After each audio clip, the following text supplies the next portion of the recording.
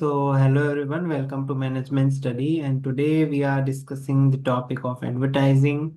Advertising जो topic है वो मार्केटिंग मैनेजमेंट का ही एक पार्ट है। मतलब मार्केटिंग मैनेजमेंट, अब मार्केटिंग, बहुत सारे लोग जो है मार्केटिंग और एडवर्टाइजिंग को एक ही समझते हैं। उनको लगता है कि मार्केटिंग भी सिमिलर है और एडवर्टाइजिंग भी सिमिलर है।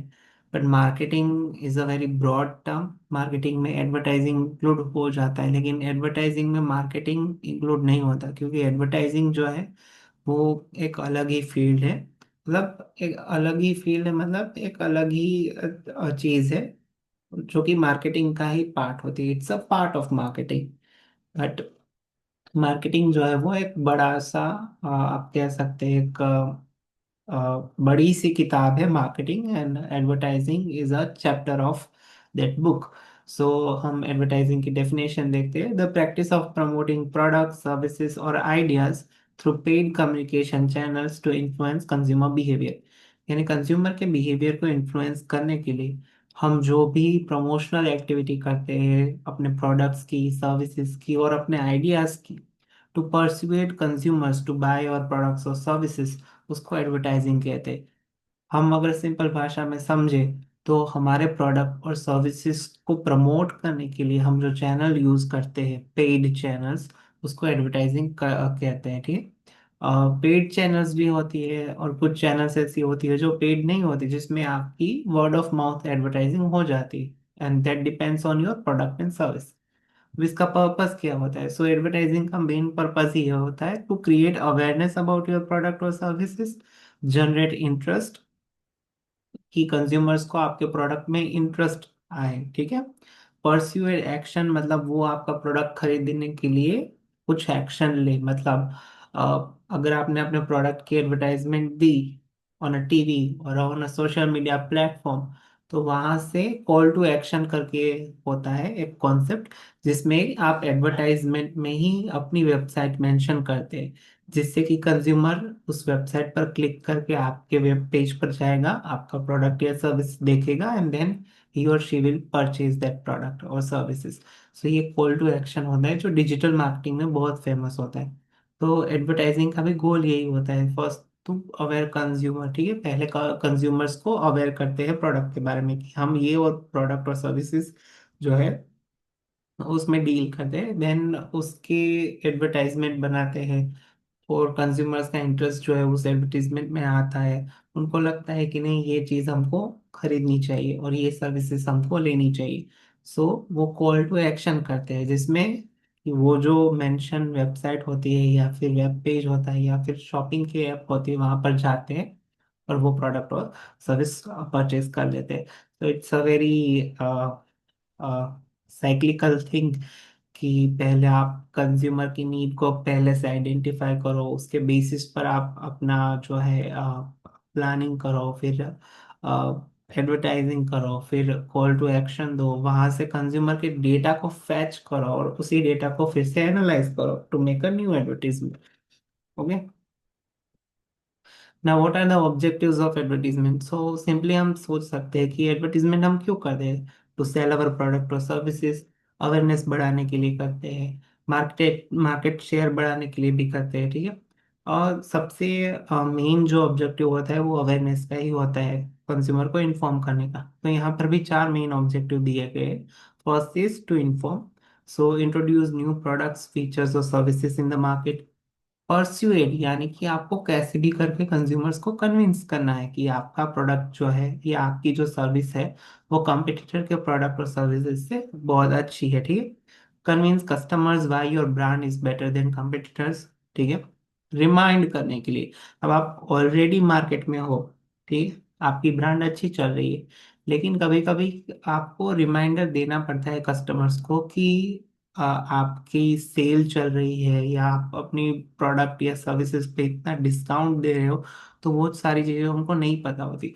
तो थ्रू एडवर्टीजमेंट आपको ये बता सकते हो कि आप हमारा प्रोडक्ट परचेज कर रहे हो, वो बात ठीक है, लेकिन अभी हमारे प्रोडक्ट पर इतना डिस्काउंट चल रहा है तो आपको बेनिफिट ज़्यादा होगा। अभी हमारे प्रोडक्ट की प्राइसेस बहुत कम है तो आपको बेनिफिट ज़्यादा होगा। अब जनरली दिसंबर महीने में ये ज़्यादा होता है क्योंकि दिसंबर यानी ईयर एंड होता है। और ईयर एंड होने पर जो सेल है, विंटर सेल है, वो लाइव हो जाती है, ईयर ऑन सेल है वो लाइव हो जाती है, और बम्पर डिस्काउंट्स मिलते हैं सभी प्रोडक्ट और सर्विसेज पर। सो ये साल का ऐसा टाइम है जहाँ पर आपको मैक्सिमम नंबर ऑफ डिस्काउंट्स देखने को मिलेंगे, बम्पर सेल देखने को मिलेगी, विंटर सेल देखने को मिलेगी, ठीक, ईयर एंड सेल देखने को मिलती है। सो रिमाइंड करने का होता है और री करने का होता है। मतलब कि कस्टमर की जो ट्रस्ट है वो आपके प्रोडक्ट या सर्विसेज पर बना रहे वैसा का वैसा। सो उसके लिए भी एडवर्टाइजमेंट की जाती है कि नहीं भाई, हम जो चीज़ यूज़ करते हैं उसकी एडवर्टीजमेंट भी आती है। जनरली हम ये सोचते हैं कि जिस चीज़ की एडवर्टीजमेंट आती है वो चीज़ अच्छी होती है। तो इससे क्या होता है कि एक कंज्यूमर का ट्रस्ट भी बना रहता है।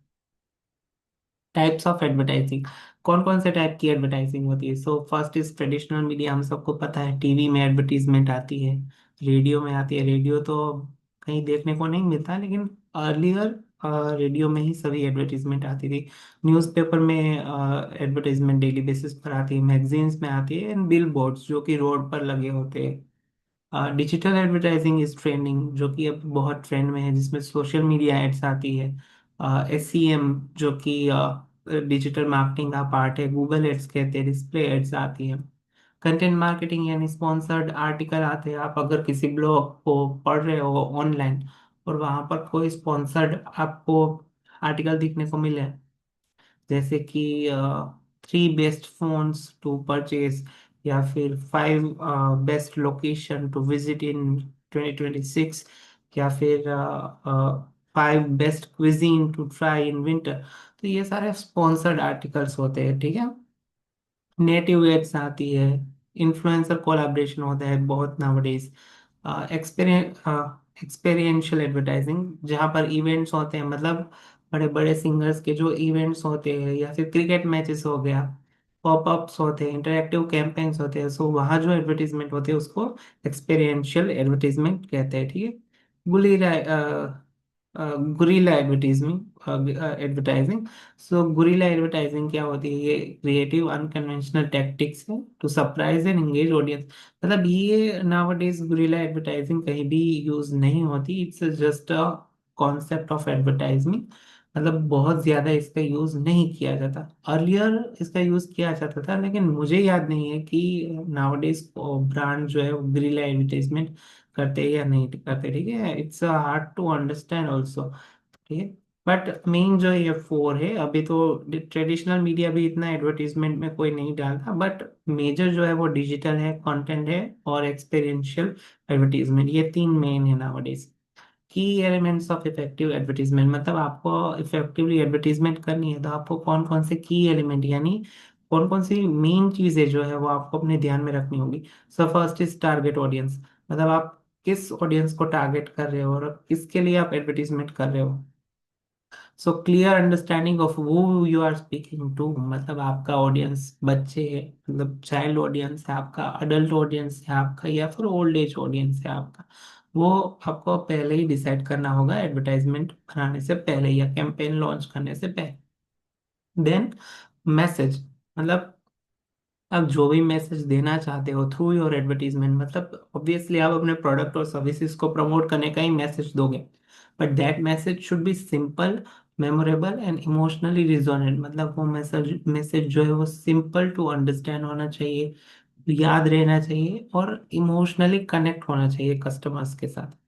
क्रिएटिव एग्जीक्यूशन, मतलब आप स्ट्रॉन्ग विजुअल स्टोरी टेलिंग और डिजाइन के थ्रू अपनी क्रिएटिविटी दिखा सकते हो, ठीक है।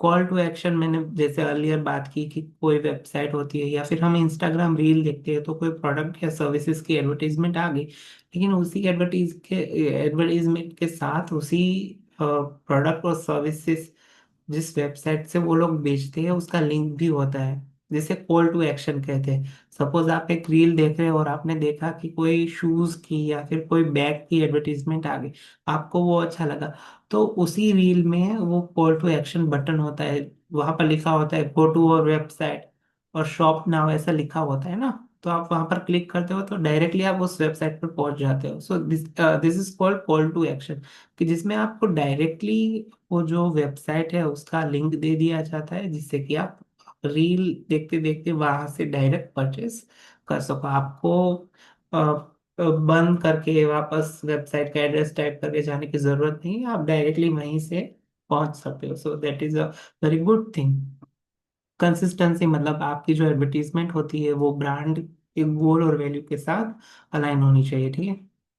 मॉडर्न ट्रेंड्स इन एडवर्टाइजिंग मतलब अभी के नाउअडेज एडवर्टाइजिंग में क्या क्या ट्रेंड्स देखने को मिलते हैं। सो पर्सनलाइजेशन इज देयर। आपको जो एड्स है वो कस्टमाइज देखने को मिलती है, पर्सनलाइज देखने को मिलती है, मतलब आपको लगता है कि ये एड तो मुझसे रिलेट कर रही है, ठीक है। Story telling, emotional narratives fix किए जाते हैं जिससे कि ऑडियंस कनेक्ट हो सके। और ज्यादातर एड्स में यही होता है कि जो आपकी नॉर्मल लाइफ होती है उसी के रिलेटेड कोई सीन जो है वो एडवर्टीजमेंट में दिखाया जाता है जिससे कि आप इजीली कनेक्ट कर सको। सस्टेनेबिलिटी मैसेजिंग मतलब सस्टेनेबल इको फ्रेंडली प्रैक्टिसेस के बारे में मैसेज दिए जाते हैं नाउअडेज एडवर्टाइजमेंट में, क्योंकि लोग जो है वो अब सस्टेनेबिलिटी की तरफ ज्यादा ध्यान दे रहे हैं।